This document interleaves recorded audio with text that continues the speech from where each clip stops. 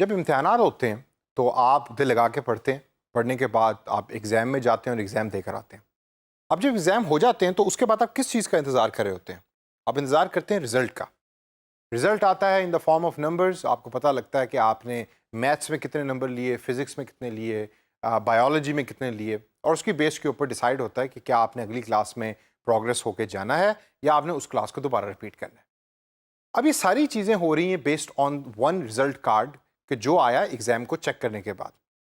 Digital दुनिया के अंदर इसी तरीके से जो रिजल्ट होता है वो होता है in the form of A data, जिसको हम अक्सर एनालिटिक्स का नाम भी देते हैं।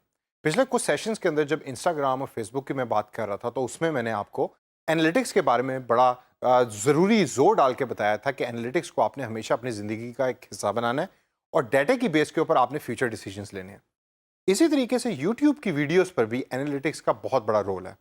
अक्सर फ्रीलांसर मुझे ये कहते हैं कि जी जब हमने यूट्यूब के ऊपर वीडियो पोस्ट कर दी तो हमें पता ये लग रहा है कि उसके अंदर लाइक्स हो रही हैं, डिसलाइक्स हो रही हैं या नीचे कमेंट्स आ रहे हैं, और कमेंट्स को देख के हम डिसाइड कर सकते हैं कि हमारी वीडियो अच्छी है या नहीं है। लेकिन यूट्यूब इसके अलावा आपको बेतहाशा और भी एनालिटिक्स या एनालिटिकल डाटा प्रोवाइड करता है कि जिसको समझना और समझ के यूज़ करना अपनी डिसीजन मेकिंग के अंदर बहुत ज़्यादा ज़रूरी है। तो दोस्तों इस सेशन के अंदर मैं आपको वापस लेके चलूंगा यूट्यूब स्टूडियो में या यूट्यूब क्रिएटर स्टूडियो में, जहां मैं आपको बताऊंगा कि ये डाटा एनालिटिक्स आप कहां से एक्सेस कर सकते हैं। It's a very easy form of A data जो बड़े आराम से आप रीड कर सकते हैं, और इसको रीड करके समझिए और इसको अपनाइए। जब आप इसको अपना लेंगे तो इसकी बेस पे आप डिसीजन मेकिंग करेंगे, और डिसीजन मेकिंग क्लाइंट को हमेशा पसंद है फ्रीलांस दुनिया के अंदर। तो आइए देखते हैं कि यूट्यूब क्रिएटर स्टूडियो में एनालिटिक्स आप किस तरीके से एक्सेस करते हैं। सबसे पहले आप यूट्यूब के मेन पेज पे जाइए। मेन पेज पे जाने के बाद राइट साइड टॉप के ऊपर अपने चैनल के लोगो पे क्लिक करें, और क्लिक करने के बाद आप क्रिएटर स्टूडियो के आइकन के ऊपर क्लिक कीजिए। जब आप क्रिएटर स्टूडियो के आइकन पे क्लिक करेंगे तो आपको ये दोबारा वापस यूट्यूब क्रिएटर स्टूडियो में ले जाएगा कि जिधर मैंने आपको पहले भी सिखाया था कि डिफरेंट ऑप्शंस किस किस जगह पे हैं और उनका रोल क्या है। राइट साइड के ऊपर हमारे पास डैशबोर्ड एनालिटिक्स तो आ रही हैं, लेकिन इससे बढ़ के एनालिटिक्स का वो कौन कौन सा डाटा है जिसको एक्सेस करना और समझना बहुत ज़रूरी है, आइए उसको देखते हैं। लेफ्ट साइड ऑप्शंस में से एनालिटिक्स के ऑप्शन पे क्लिक करें। इसको क्लिक करने के बाद लेफ्ट साइड आपके पास डिफरेंट ऑप्शंस आ जाएंगी। इनको देख घबराने की ज़रूरत नहीं। ये राइट साइड पे ये जो ग्राफ्स आ रहे हैं, नंबर्स आ रहे हैं, ये सारे आपके दोस्त हैं। जिस तरह मैंने पहले भी आपको अर्ज़ किया कि डाटा को अपनाइए और उसको समझिए, ये आपको डिसीजन मेकिंग में बहुत हेल्प करेगा। यहाँ एक चीज़ जो समझना बहुत ज़रूरी है, टॉप के ऊपर आपने हमेशा देखना है कि जो डाटा आपको प्रोवाइड किया जा रहा है वो किस ड्यूरेशन का है। यहाँ मुझे सिर्फ 28 डेज़ का डाटा प्रोवाइड कर रहा है YouTube currently by default.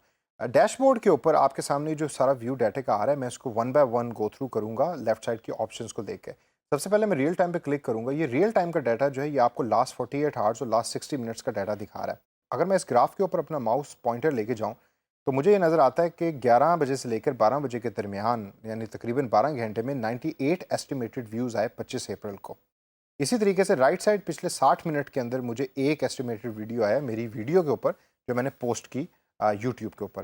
Total estimated views जो हैं वो 190 आ रहे हैं, और टॉप पे ये आपको बता रहा है कि ये जो डाटा है ये ऑटोमेटिकली अपडेट होता है हर 10 सेकंड के बाद। नीचे आपकी दी हुई वो तमाम वीडियोस आ रही हैं जो आपने अपलोड की। तो मैं फॉर एग्जांपल इन दो वीडियोस का सिर्फ डाटा एक्सेस कर रहा हूँ, तो मुझे सिर्फ इन्हीं दोनों वीडियोस का डाटा जो है वो इस टाइम करंटली नज़र आ रहा है। रियल टाइम के बाद जो अगला पोर्शन है वो है रेवेन्यू का। ये रेवेन्यू का पोर्शन अभी करंटली अगर मैं क्लिक करूँ तो मेरे सामने कुछ भी अपीयर नहीं होगा।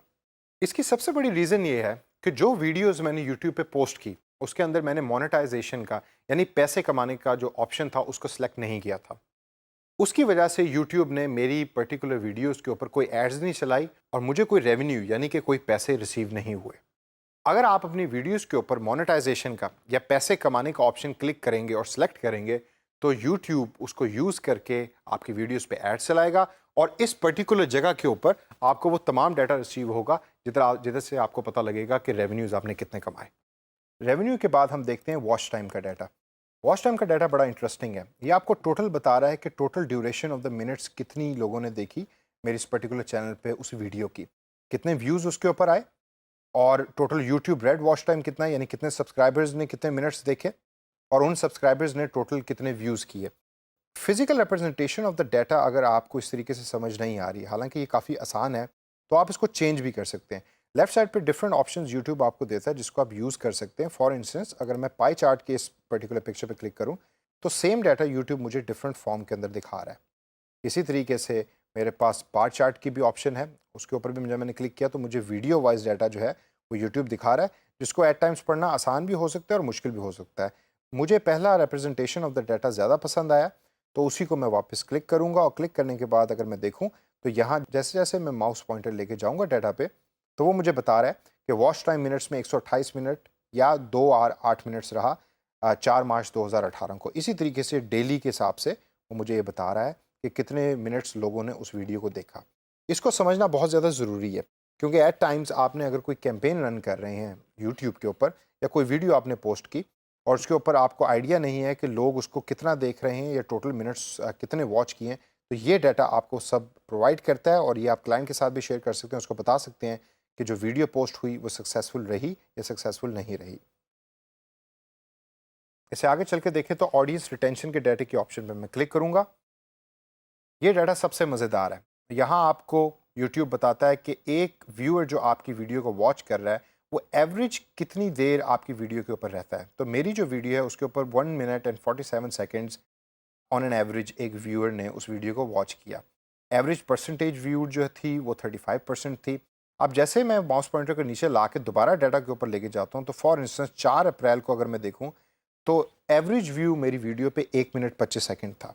इसी तरीके से 27 मार्च को अगर मैं देखूं तो एवरेज व्यू 56 सेकंड्स था, काफ़ी कम था। उसकी वजह ये भी हो सकती है कि चूंकि मैंने वीडियो अभी पोस्ट की थी, या हो सकता है कि उस दिन overall traffic of YouTube was less depending on my video, जिसकी वजह से एवरेज व्यू कम था।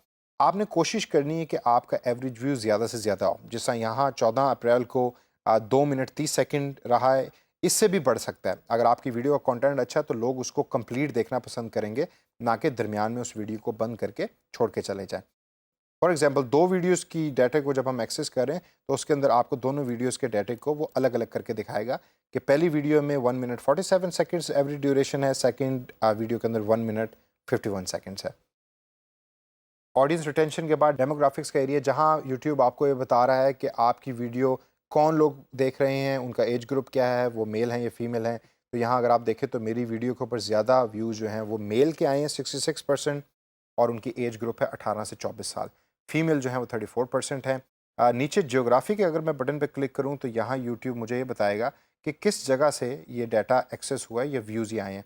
यहाँ करंटली अननोन रीजन आ रहा है, which means YouTube was not able to access कि देखने वाले की लोकेशन क्या थी। ये अक्सर आपको अपने डाटे में नॉर्मली इस तरह की मिलेगी। प्लेबैक लोकेशंस के इस डाटा के अंदर ये देखना बहुत ज़रूरी है कि वीडियो आपकी किस जगह पे ज़्यादा चल रही है।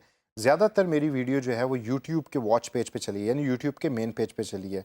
वहीं ज़्यादा व्यूज़ आए हैं, उधर ही ज़्यादा लोगों ने देखा उसको, और उधर ही एवरेज व्यू ड्यूरेशन टाइम भी वो यूट्यूब प्रोवाइड कर रहा है। ज़्यादा मिनट्स ऑफ व्यूइंग जो है वो भी यूट्यूब के मेन पेज पे है। इसके अलावा जो है एक्सटर्नल वेबसाइट या ऐप के ऊपर भी ये वीडियो चली, लेकिन ज़्यादा नहीं। सिर्फ 35 मिनट देखे गए इस वीडियो के, जो मैंने पोस्ट की थी एक्सटर्नल वेबसाइट पे, यानी कि यूट्यूब के अलावा जो वेबसाइट्स हैं उसके ऊपर। फिजिकल रिप्रेजेंटेशन भी डाटा की यहाँ आ रही है, जो एट टाइम्स कुछ लोगों के लिए थोड़ी सी मुश्किल होती है समझनी। तो आप नीचे देख सकते हैं कि डाटा बेसिकली आपको क्या बता रहा है। प्लेबैक लोकेशंस के बाद ट्रैफिक सोर्सेज की ऑप्शन है। यहाँ आपको पता लगेगा कि ज़्यादा जो व्यूअर्स आपकी वीडियो को देख रहे हैं वो कहाँ से आ रहे हैं। मेरी वीडियो को ज़्यादा व्यूअर जिन्होंने देखा है वो सजेस्टेड वीडियो, यानी कि वो यूट्यूब पे सिमिलर कोई वीडियो देख रहे थे कि जिसके अंदर यूट्यूब ने उनको सजेस्ट किया कि आप मेरी वाली वीडियो भी देख सकते हैं। उसके थ्रू वो मेरी वीडियो के ऊपर उन्होंने आए और उन्होंने उस वीडियो को देखा। टोटल व्यूज़ इसके 6000 के करीब हैं। यूट्यूब सर्च के थ्रू, यानी कि स्पेसिफिकली किसी ने उस टॉपिक को लिखा, for instance what is marketing की वीडियो है तो व्हाट इज़ मार्केटिंग लिखा और फिर वहाँ से आया। चैनल पेजेस हैं, दूसरे चैनल के थ्रू आए हैं, एक्सटर्नल और वेबसाइट, और इसके अलावा डिफरेंट और ऑप्शंस हैं जो यूट्यूब आपको प्रोवाइड कर रहा है। तो मेरी वीडियो की केस में सबसे ज़्यादा सजेस्टेड वीडियोज़ के थ्रू लोग आए और उन्होंने आके वीडियो को देखा। अगर आप डिवाइसेस का डाटा देखना चाहते हैं कि आपकी वीडियो किस डिवाइस पे ज़्यादा एक्सेस हो रही है तो वो भी आप देख सकते हैं। ये डाटा थोड़ा कंफ्यूजिंग है तो मैं इसको सिंपल फॉर्म में करूँगा बार चार्ट के अंदर। ज़्यादातर आप देखेंगे कि कुछ ऐसी वीडियोज़ हैं जो आप पोस्ट करते हैं तो मोबाइल फ़ोन पे ज़्यादा एक्सेस हो रही हैं, कंप्यूटर पे कम हो रही हैं। लेकिन मेरी एजुकेशन रिलेटेड वीडियो थी, जो हो सकता है कंप्यूटर पे यूज़ करने वाले लोग उस पे देखना ज़्यादा पसंद करते हैं या प्रेफर करते हैं। Hence computer viewability is more and mobile phone is less. तो 7000 के करीब मिनट्स जो हैं वो कंप्यूटर पे देखे गए और 6500 के करीब मोबाइल फ़ोन पे देखे गए। फिर टैबलेट जिसमें आईपैड आ जाता है, ये बाकी टैबलेट्स हैं।